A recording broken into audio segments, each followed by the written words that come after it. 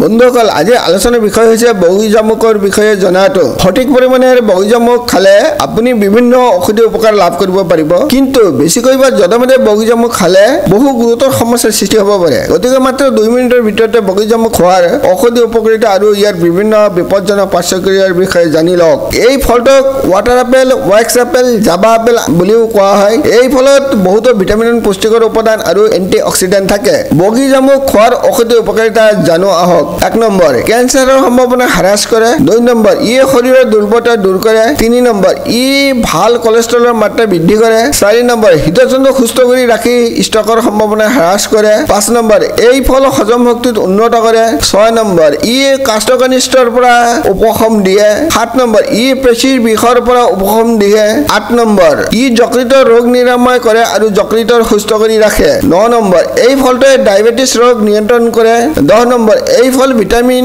এ সমৃদ্ধ উৎস আৰু ই দৃষ্টিশক্তি উন্নত কৰে 11 নম্বৰ পানী আপেলত ভাল পৰিমাণে পটাছিয়াম থকাৰ বাবে ই ছালৰ শুকানতা হ্ৰাস কৰাত ফলপ্ৰসূ হ'ব পাৰে 12 নম্বৰ এই ফলৰ ভিটামিন সি এ তেজত শ্বেতকণিকাৰ উৎপাদন বৃদ্ধি কৰিব পাৰে আৰু লগতে ৰোগ প্ৰতিৰোধক ক্ষমতা বৃদ্ধি কৰিব পাৰে বগীজামুক খোৱাৰ পাৰ্শ্বক্ৰিয়া বা সাইড ইফেক্ট বগীজামুক সাধাৰণতে বেছিভাগ মানুহৰ বাবে নিৰাপদ আৰু উপকাৰী কিন্তু এই ফলত আহাৰ পৰিমাণ বেছি গতিকে আহাৰ অতিমাত্ৰা হেবনে কাষ্টকানিষ্ট পেট ফুলা এচিডিটি আৰু কিছুমান ক্ষেত্ৰত ডায়ৰিয়া আদি সমস্যাৰ সৃষ্টি কৰিব পাৰে সদায় মধ্যমীয়া পৰিমাণৰ বগীজামুক খাওক আৰু ইয়াৰ স্বাস্থ্য উপকাৰিতা লাভ কৰক আজিলৈ ইমানেই ভিডিঅ'টো লাইক আৰু শ্বেয়াৰ কৰিবলৈ নাপাহৰিব ভিডিঅ'টো চোৱাৰ বাবে অশেষ ধন্যবাদ।